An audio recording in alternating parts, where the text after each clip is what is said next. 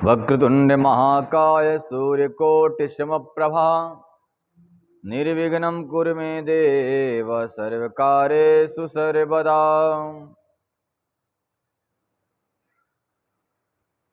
नारायणं नमस्कृत्यं नरं चैव नरोत्तमं देवीं सरस्वतीं व्यासं ततो जयमुदीरयेत्। रामाय रामभद्राय रामचन्द्राय वेदसे रघुनाथाय नाथाय सीतायाः पतये नमः।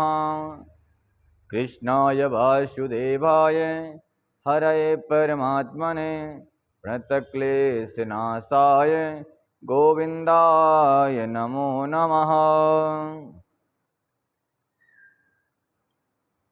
सच्चिदानन्दरूपाय विश्वोत्पत्त्यादिहेतवे तापत्रय विनाशाय श्रीकृष्णाय वयं नमः। श्रीकृष्णाय वयं नमः। बोल मर्यादा पुरुषोत्तम श्री राम की जय। श्री पवन सुत हनुमान की जय। शंकर भगवान की जय। गौ माता की जय। जय जय श्री राधे श्याम।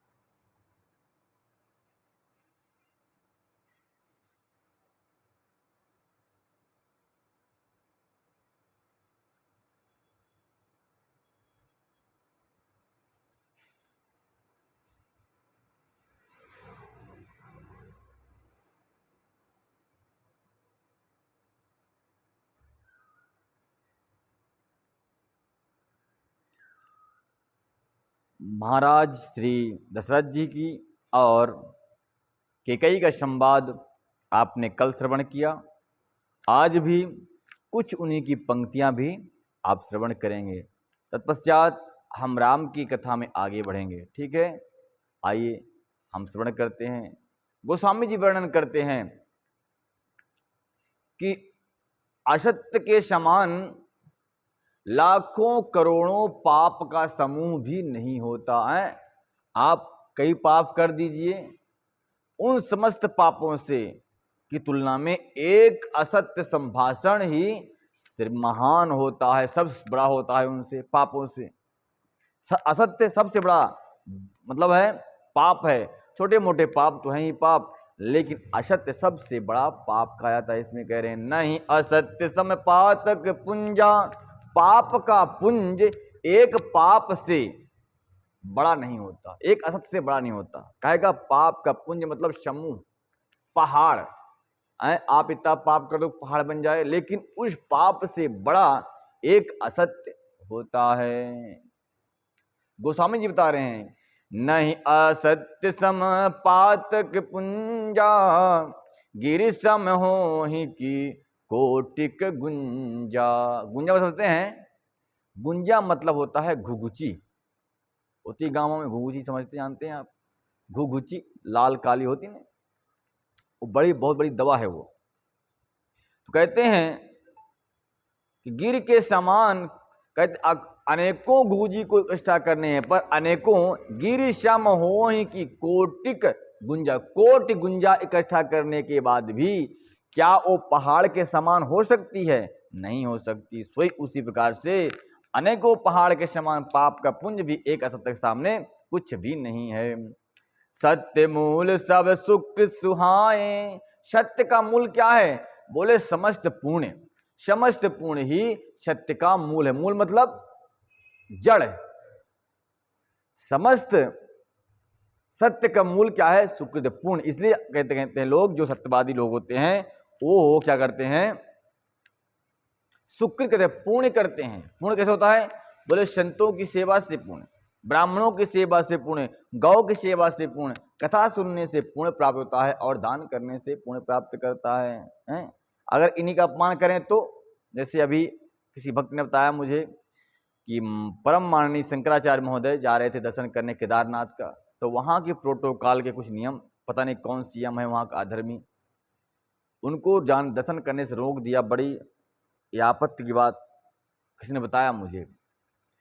तो ऐसे दुराचारी पापाचारी जो हैं, ये जीवन में कभी मोक्ष प्राप्त नहीं कर सकते, कभी पुण्य को प्राप्त नहीं कर सकते।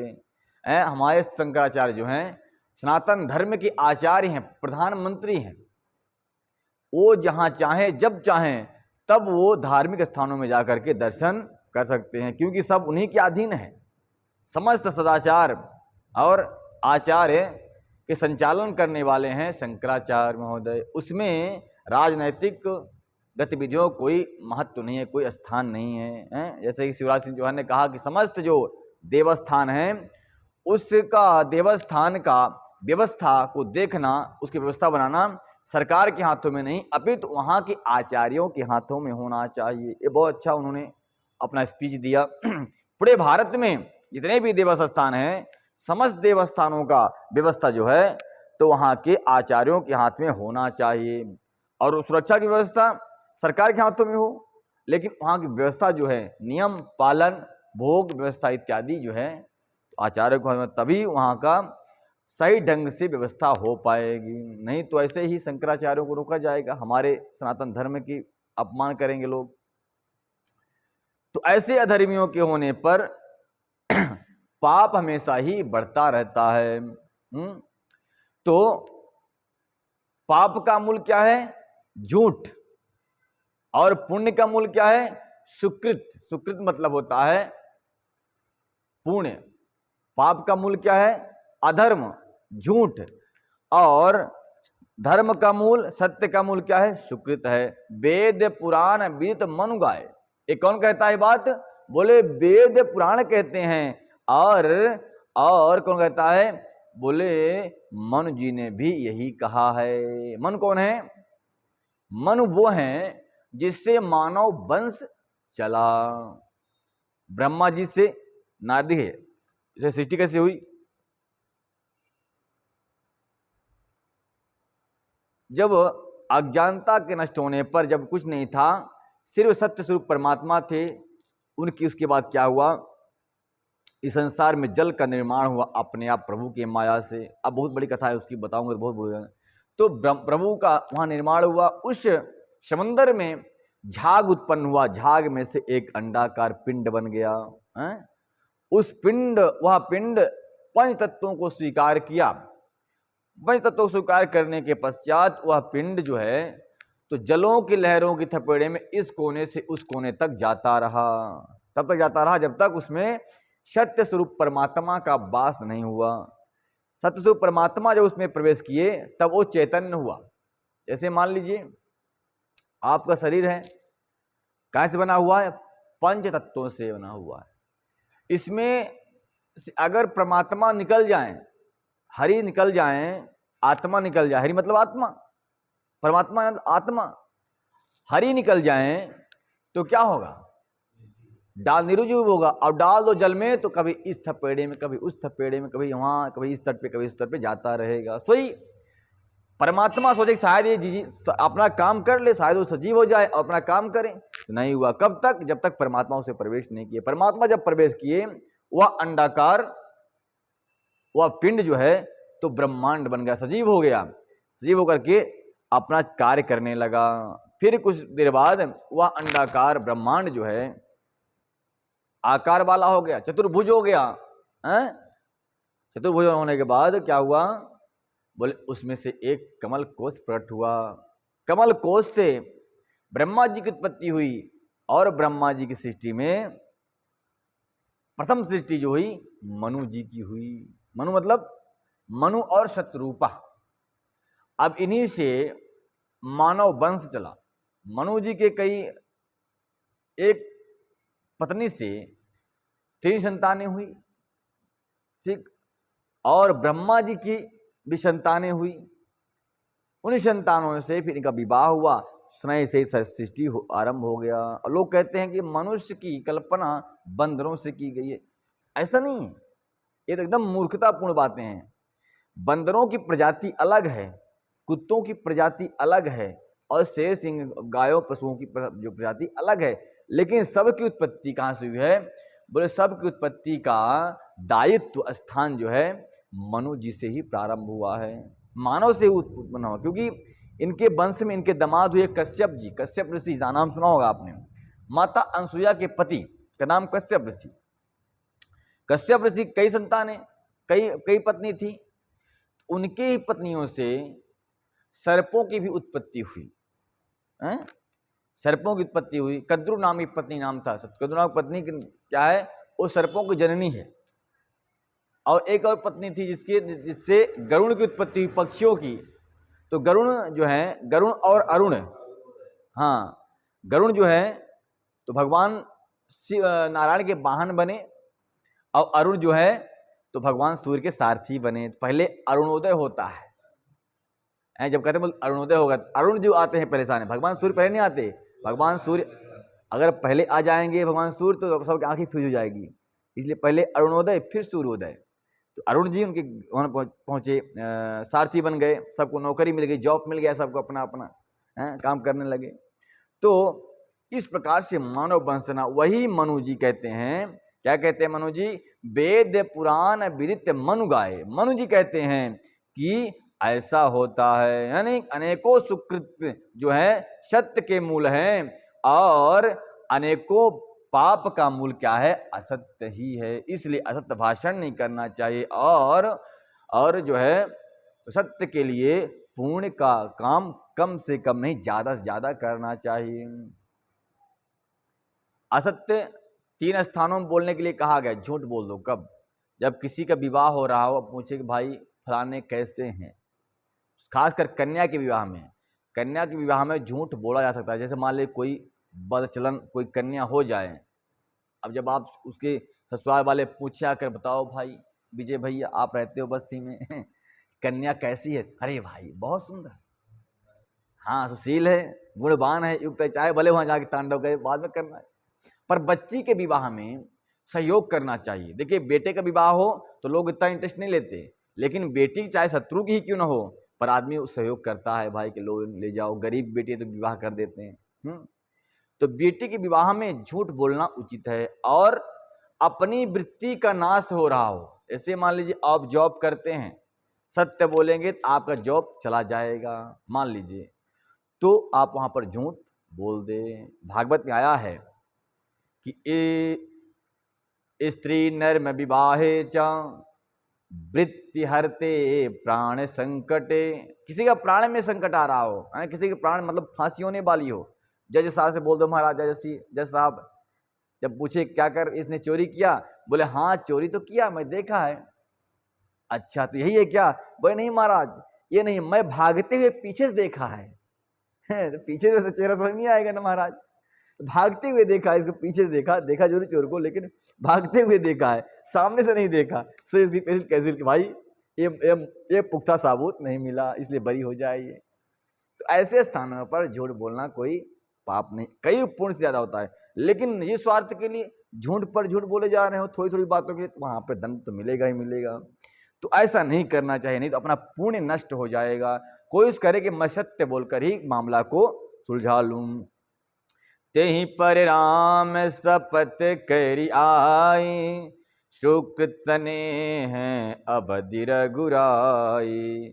बात दृढ़ाई कुमति हंसी बोली, कुमति कुबिहर कुलह जन खोली। उस पर मेरे द्वारा श्री राम जी का शपथ करने में आ गई, मुंह से निकल पड़ी श्री रघुनाथ जी ने मेरे सुकृत पुण्य और स्नेह की सीमा है।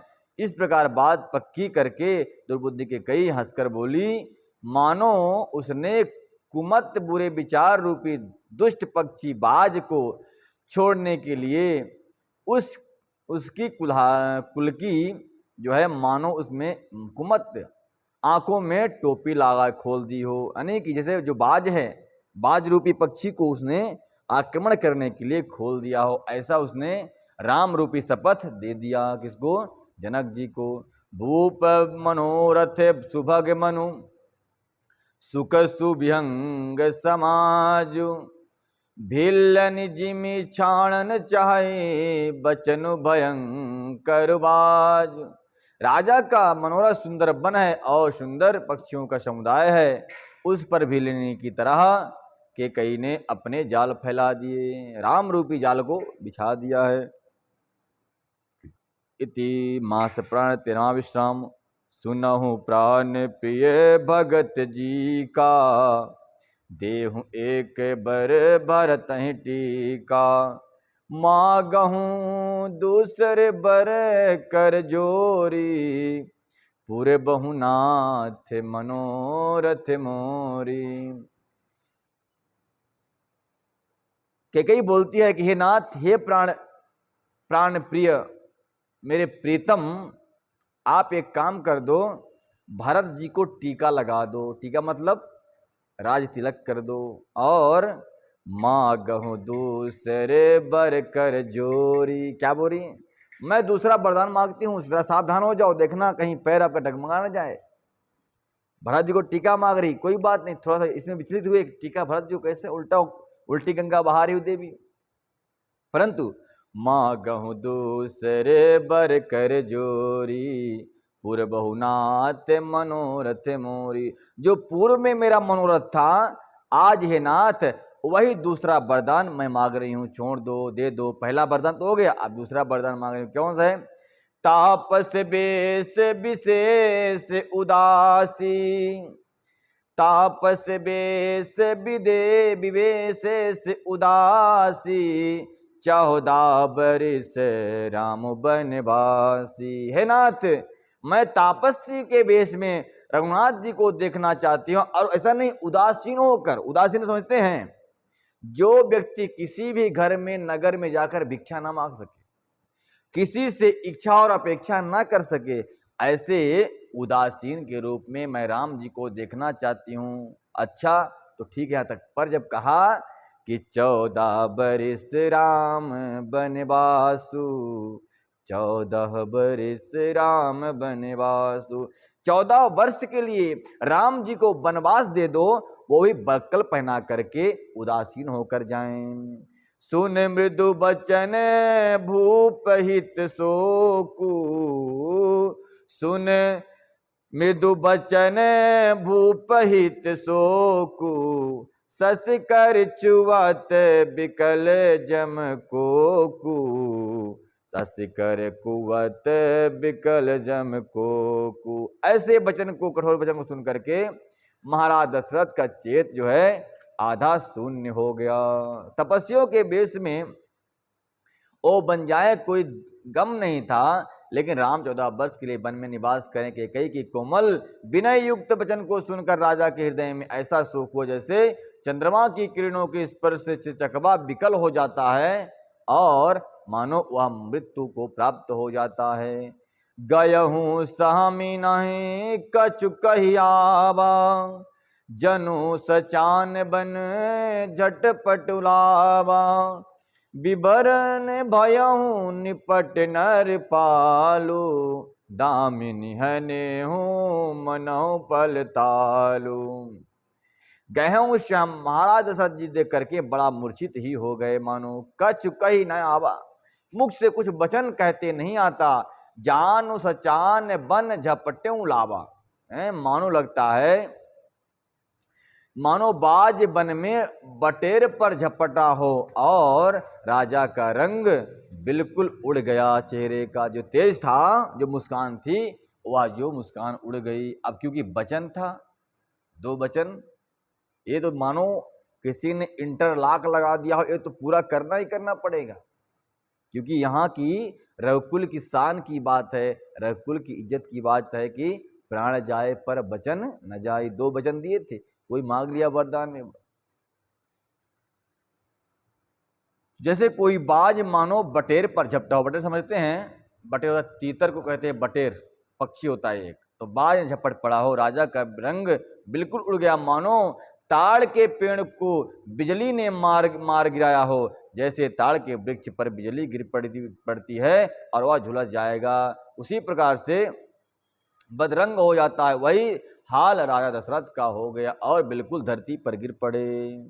क्योंकि यह किसी भी प्रकार से इस समस्या का समाधान होना असंभव है। समस्या का समाधान कौन कर सकता है? सिर्फ एक ही, कौन?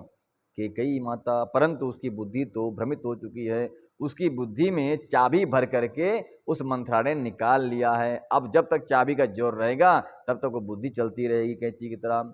माथे हाथ मोदि दो लोचन, तनु धरि सोच लाग जन सोचन, मोरे मनोरथ सुर तरु फूला, फरत करिनी जिमिहत समूला। माथे पर हाथ रखकर दोनों नेत्र बंद करके राजा ऐसा सोचने लगे, मानो साक्षात तनु धरु सोच लाग जनु सोचन। तन को मानो ऐसे करने लगे, राजा सोचने लगे, हाथ आंखों पे हाथ रख के, मानो स्वयं चिंता ही चिंता में पड़ गई हो और सारा का सारा मनोरथ शुभ मंगलमय कार्य पर पानी फिर गया हो।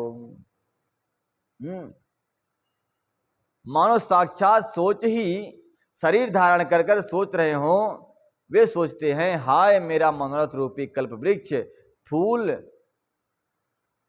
चुका था, परंतु फलते समय कैकेयी रूपी हाथनी ने तरह तरह से, हर तरह से उसको उजाड़ डाला, उखाड़ कर नष्ट कर दिया, फेंक दिया है।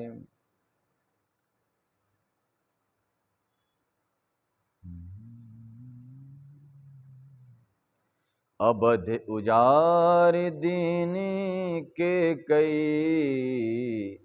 दीन से अचल विपत्ति कहने। अबध उजारे कीनी कैकेयी, दीन से अचल विपित के नहीं। कैकेयी ने अयोध्या को डाल दिया है, उजाड़ कर दिया और विपत्ति का आंचल सुदृढ़ नींव डाल दिया। अब यहाँ अयोध्या बचने वाली नहीं है। कब ने अब सरे काऊ सुभाव, कब ने अब सरे का भयो, गयहु नारी विश्वास, जोग सिद्ध फल समय जिमी, जाते अविद्यानाश। ने कहते हैं अविद्या ने, अविद्या मतलब अज्ञानता, अज्ञानता ने अगर किसी अज्ञानी के हाथ में घर की सत्ता चली जाए या फिर देश सत्ता चली जाए तो वह राज्य को, घर को, सबको नष्ट कर डालता है। उसी प्रकार से किस अवसर पर क्या हो गया, स्त्री का विश्वास करके मैं वैसे ही मारा गया। जैसे योग की सिद्धि रूपी फल मिलने के समय योगी को अविद्या नष्ट कर देती है।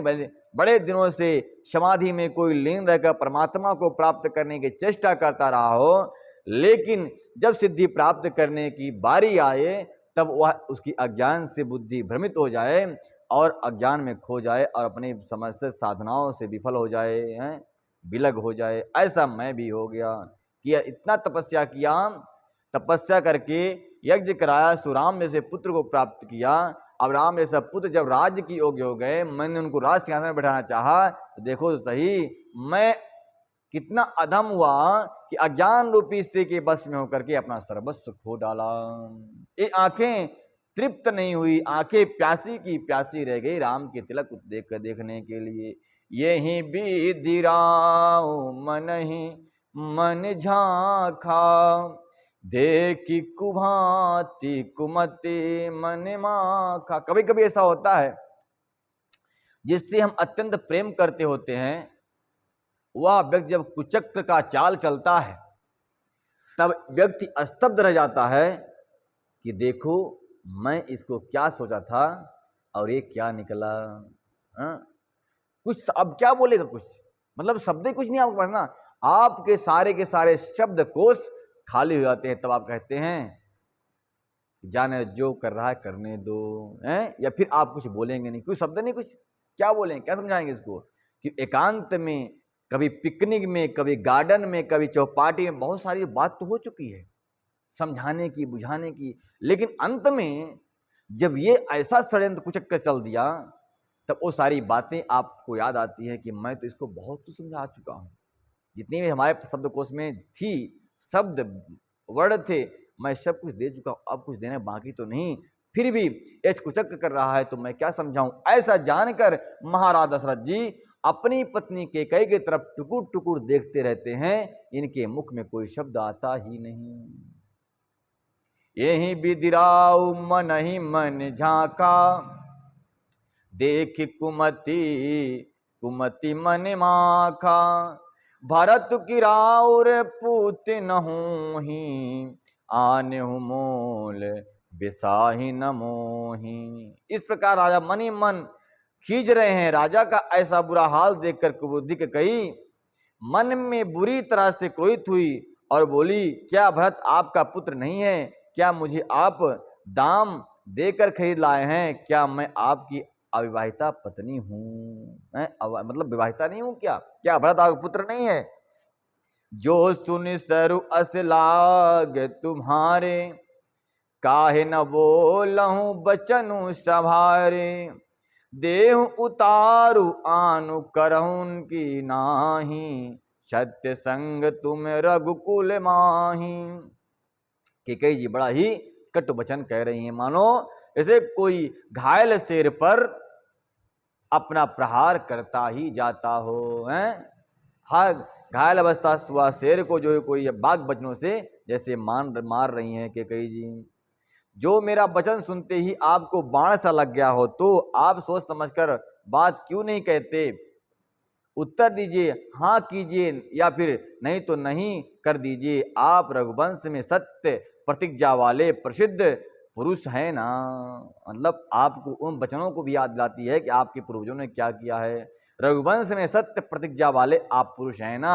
आप सोच समझ करके उत्तर क्यों नहीं दे देते? परंतु उत्तर कह दें, पहले ही फुल स्टॉप लगा चुके हैं ना वहाँ, कि मैं जो मांगेगी वो पूरा करूँगा, पलटूंगा नहीं।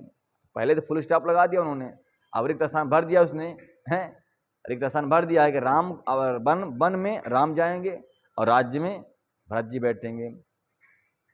देन कहाऊं अब जन बरु देहू, जाता हूँ सत जग आप जस लेहूं, सत्य सराही कहूं बरु नाना, जान्यू ले माग चवेना। कहती है कि कैकेयी जी कि हे महाराज क्या सोचा था आपने? देन कहूं अब जान और देहू, आपने ही बर देने को कहा था, आप भले ही ना दीजिए, कोई बात नहीं, आपकी मर्जी है। ऐसे गांठ पकड़ के बैठ गई है, जानती है कि देंगे ही देंगे, देंगे नहीं। मैं टेढ़ियाँ गुरी करके बैठी पहले से, बताओ दोगे कि नहीं दोगे, ऐसा निकालने वाली चक्कर में। अब बोल रही है कि आपने बर देने को कहा था सो मैंने मांग लिया, अब आप दो या मत दो, सत्य को छोड़ दीजिए और जगत में अपयश का भागी बनिए। ऐसे कह रही हैं। क्या सोचा था आपने कि रानी कैकेयी कोई चना चबेना मांगेगी, मुरमुरा मांगेगी खाने के लिए? उसको चाहिए नहीं है। अपयश लीजिए, सत्य की बड़ी सराहना करके बर देने को कहा था, समझा था कि मैं या चबेना ही मांग लेगी। इसमें लिखा भी है चबेना मांग लेगी। जाने ले ही मांग चबेना, इसमें लिखा है। शिबी दधीचि बलि जो कछु भाषा। शिव जी हैं, शिबी राजा शिबी हुए हैं इनके जो है पूर्वज। उन्होंने बड़ा ही संसार के लिए प्रतिज्ञाबद्ध होकर के समस्त राज्य को त्याग कर दिया था। एक सर इसकी शिवी हुए, दूसरा हुए दधीची महाराज। दधीची जी की हड्डियों से वज्र और धनुष निर्माण हुआ था। तो उसी वंश में बताया था आपको ना, उसी वंश में राजा दशरथ जी जो महाराज जन्म लिए थे। कह रही के कई उनकी जो वंशजनों ने, पूर्वजों ने जो कर्म किया था उसको याद दिला रही हैं कि शिव दधीचि बलि जो कछु भाषा, तनु धनु तजहु बचन पनु राखा, अति कटु बचन कहती के कई, मानहु लोन जरे पर देई। कहते हैं शिव ने इतने सुंदर यशस्वी काम किया है, पूरे संसार में उनका यश विख्यात हो रहा है, और दधीचि ने तो अपने शरीर को जिंदा दान कर दिया, और राजा बलि ने तो अपने सारे राज भगवान को दे दिया। आहा हा हा हा, ये भी एक महापुरुष हैं, देखो तो सही, ये देने की बारी आई तो इनको चक्कर आ गया है। वाह वाह, यही तो है। गोस्वामी जी वर्णन करते हैं कि मानो कोई जरा हुआ घाव में कोई नमक डाल रहा हो, मिर्ची लगा रहा हो, ऐसी केकई बातें कर रही है। सच में केकई ने महाराज दशरथ को चारों तरफ से ऐसे जकड़ दिया है धर्म के संकट में कि वो कहा ना इधर जा सकते ना उधर जा सकते। कहते हैं समय है, जिनके सामने बड़े बड़े राजा सम्राट आकर के चरणों में अपना मस्तक नवाते थे, आज वही सम्राट देखो तो सही समय के फेर से क्या हुआ, अपने पत्नी के सामने ही धरती पर पड़े हुए हैं। परंतु एक कर्कशा पत्नी को दया नहीं आ रही। धर्म दुरंदर धीर धरे, नयन उघारे राय, सिर धुन लीन उसास यसी, मार सिमोही कुठाय। धर्म की धुरी को धारण करने वाले राजा दशरथ ने धीरज धर करके नेत्र खोले और सिर धुन कर तथा लंबी सांस लेकर इस प्रकार कहा कि हम इससे मुझे बड़े कुठौर मारा, ऐसी कठिन परिस्थिति में उत्पन्न कर दी कि जिससे बच निकलना बड़ा ही कठिन है। किसे कह रहे हैं? अपनी पत्नी से कह रहे हैं, देवी तुमने धर्म के ध्वजा को धारण करने वाले मुझ से महारथी को ऐसे ला करके ऐसे धर्म और संकट के बीच में खड़ा कर दिया जहां से निकलना बड़ा ही मुश्किल है। यानी को मैं तो नहीं निकल सकता, लेकिन इस शरीर से प्राण जरूर निकल जाएंगे, क्योंकि शरीर ये बाध्य क्या है, यश कीर्ति और धर्म से बधा हुआ क्या है, शरीर ही तो है। इस शरीर की मर्यादा है ना कि आपको ये काम करना है, ये काम नहीं करना है। स्त्री और पुरुष का शरीर, पशु और पक्षियों का शरीर है, बाकी चैतन्य अवस्था सबकी एक ही है, लेकिन शरीर की इतनी गति होती है, किसी की अच्छी, किसी की पवित्र गति, किसी की अपवित्र गति। वेदों ने नियम बनाया है तो इस शरीर के लिए बनाया है, ना कि आत्मा के लिए। लोग कहते हैं ये सब तो बराबर ही है, आत्मा के दृष्टि से सब बराबर हैं। सारे संसार के जीव, चराचर जीव जो हैं तो पूजनीय है, परमात्मा का वास है, लेकिन शरीर की दृष्टि से भेदभाव है कि नहीं है। लोग कुत्ते को पाल लेते हैं, खिलाते हैं बैठा के साथ में, गाय को खिलाते सेवा करते हैं, लेकिन कहीं शेर की बात आए तो दुम दबा के भाग जाएंगे। तो धर्म की मर्यादाएं जो हैं, धर्म संकट किसके लिए उत्पन्न हुआ? बोले शरीर रूपी दशरथ के लिए, आत्मा के लिए नहीं हुआ। और फिर क्या हुआ, एक कथा कल सुनाई जाएगी। तब तक के लिए जय जय श्री राधे श्याम। बोल वृंदावन बिहारी लाल की जय, द्वारकाधीश भगवान की जय।